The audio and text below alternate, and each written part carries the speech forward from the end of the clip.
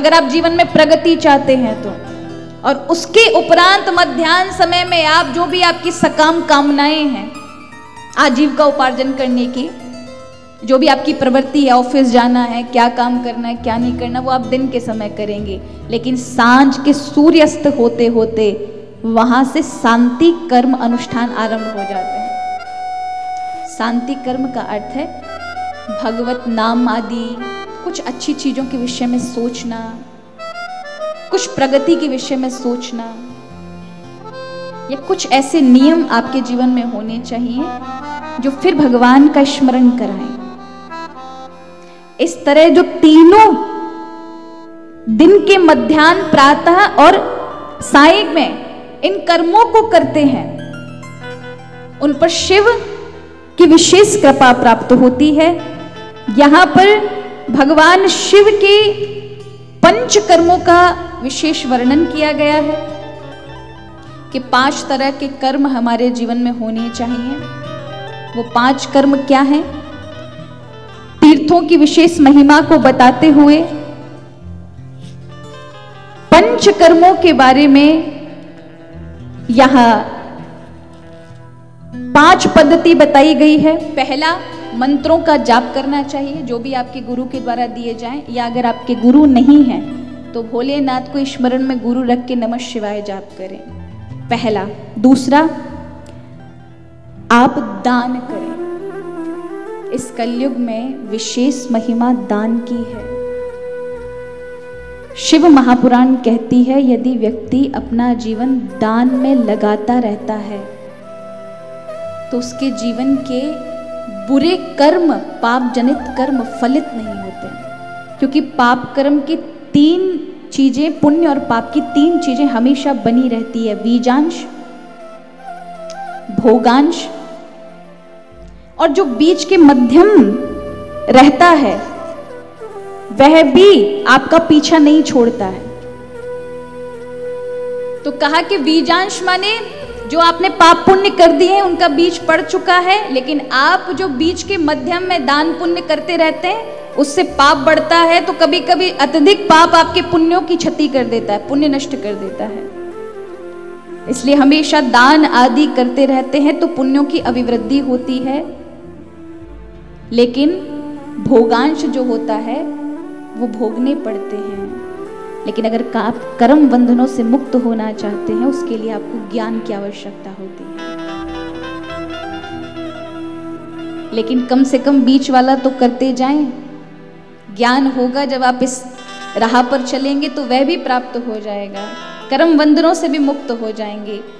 लेकिन कम से कम इस जीवन को चलाने के लिए वो बीज जो पड़ चुके हैं पाप के, पुण्य के, जिसकी वजह से हमें आए दिन दुविधा या सुख प्राप्त होते हैं, वो अच्छे प्राप्त होते रहें, इसलिए अपने जीवन में दान आदि करते रहना चाहिए। तो दूसरा है दान। तीसरा है तप। तपस्या माने व्रत आदि अनुष्ठान करना, नियम कोई जीवन में बना लेना, ये तपस्या है। और चौथा है किसी वेदी पर, प्रतिमा पर, या किसी ब्राह्मण पर, या अग्नि के अंदर अपने इष्ट का स्मरण भाव बना करके उनकी पूजा अर्चना करना। और 5वां है होम, यज्ञ आदि करना। ये 5 प्रकार के जिसके जीवन में पूजा पद्धति है, उसके जीवन की वह जो भी चाहे, वह जिस राह की ओर बढ़े, उसका कभी पतन नहीं होता। इस प्रकार श्रेष्ठ पूजाओं का वर्णन करते हुए आगे वारों की महिमा बताई गई है। अच्छा, वारों में विशेष हमें लगता है रविवार है किसका? सूर्य भगवान का। किसका बताते हैं रविवार?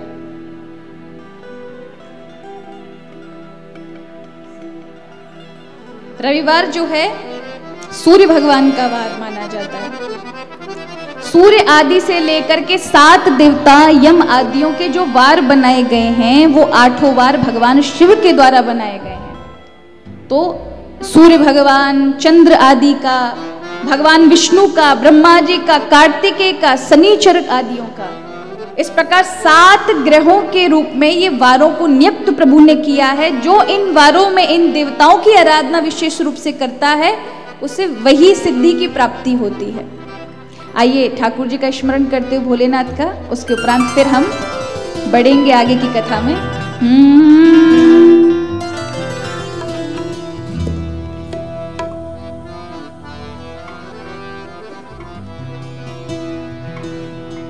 जो सुख मिलता काशी जाके, जो फल मिलता गंगा नहा के, वो घर बैठे पाओगे। एक लोटा जल शिव को चढ़ा जो शिव का ध्यान लगाओगे। एक लोटा जल शिव को चढ़ा जो शिव का ध्यान लगाओगे। अज एक लोटा जल शिव को चढ़ा जो शिव का ध्यान लगाओगे। एक लोटा जल शिव को चढ़ा जो शिव का ध्यान लगाओगे। अज जो सुख मिलता काशी जाके, जो सुख मिलता काशी जाके, जो फल मिलता गंगा नहा के, वो घर बैठे पाओगे। एक लोटा जल शिव को चढ़ा जो शिव का ध्यान लगाओगे। एक लोटा जल शिव को चढ़ा जो शिव का ध्यान लगाओगे। आज एक लोटा जल शिव को चढ़ा जो शिव का ध्यान लगाओगे। एक लोटा जल शिव को चढ़ा जो शिव का ध्यान लगाओगे।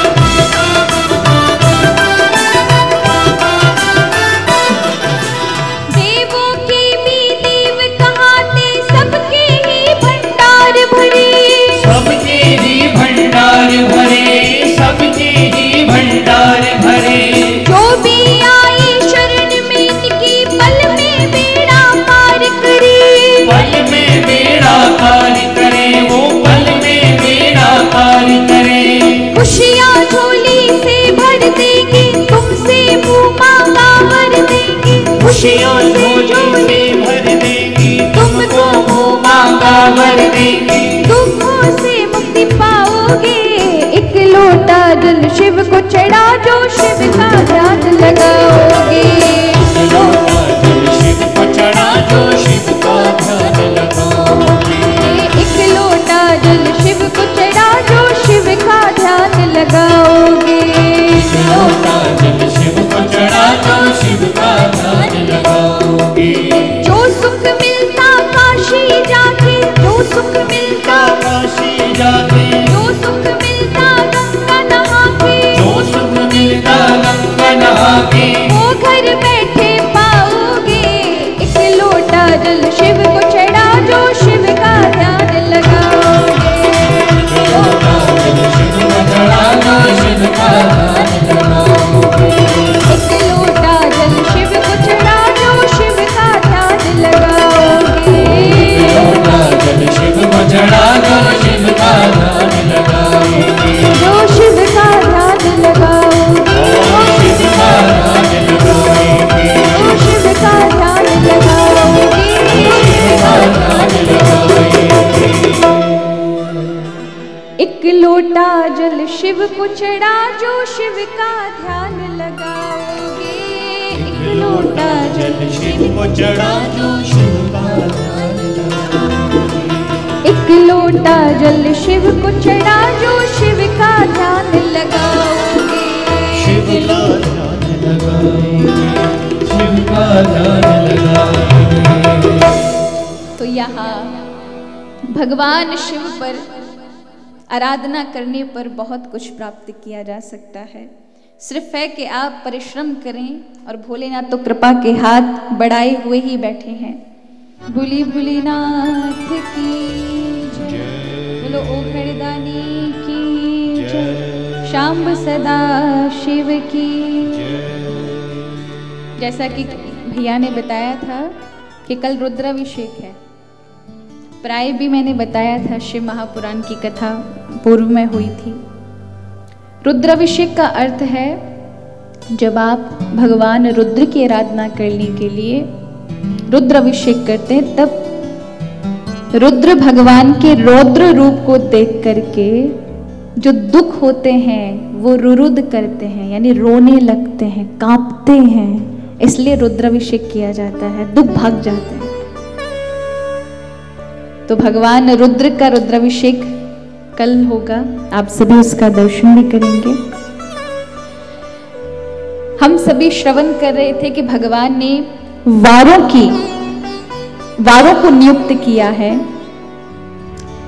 इन वारों को 7 जो विशेष देव हैं उनके रूप में इन वारों को नियुक्त किया गया है। पहला, स्वयं प्रभु ने अपना वार अपने ही शक्ति से संपन्न रविवार, जिसको नवग्रहों में सूर्य भगवान को प्रदान किया। फिर अपनी शक्ति माँ जगदम्बा का वार सोम यानी चंद्रमा को प्रदान किया। अपने बड़े पुत्र कार्तिकेय के शक्ति वाला वार मंगल को प्रदान किया गया। भगवान विष्णु का जो वार है वो बुध को प्रदान किया गया।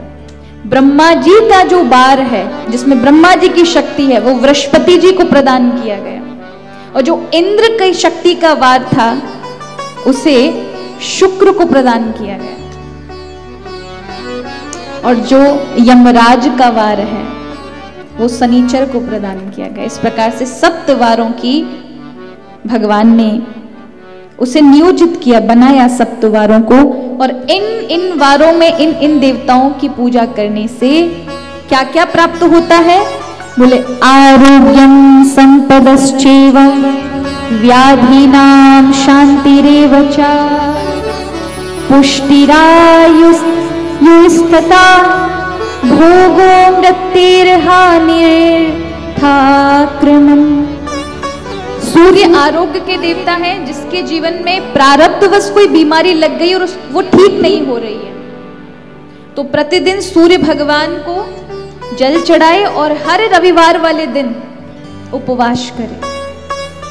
तो अगर 1 वर्ष 40 दिन इस प्रकार का नियम अगर वो प्रतिदिन का लेता है तो 40 दिन करे, और यदि साल भर का लेता है तो हर इतवार व्रत करे और प्रतिदिन जल चढ़ाए, तो उसके जीवन की प्रारब्धवश बीमारी भी, आरोग्य भी सूर्य भगवान नष्ट कर देते हैं, जीवन से हटा देते हैं। आरोग्य प्रदान करने वाला है। चंद्रमा जो है यानी सोमवार संपत्ति का प्रदान करने वाला है। वैसे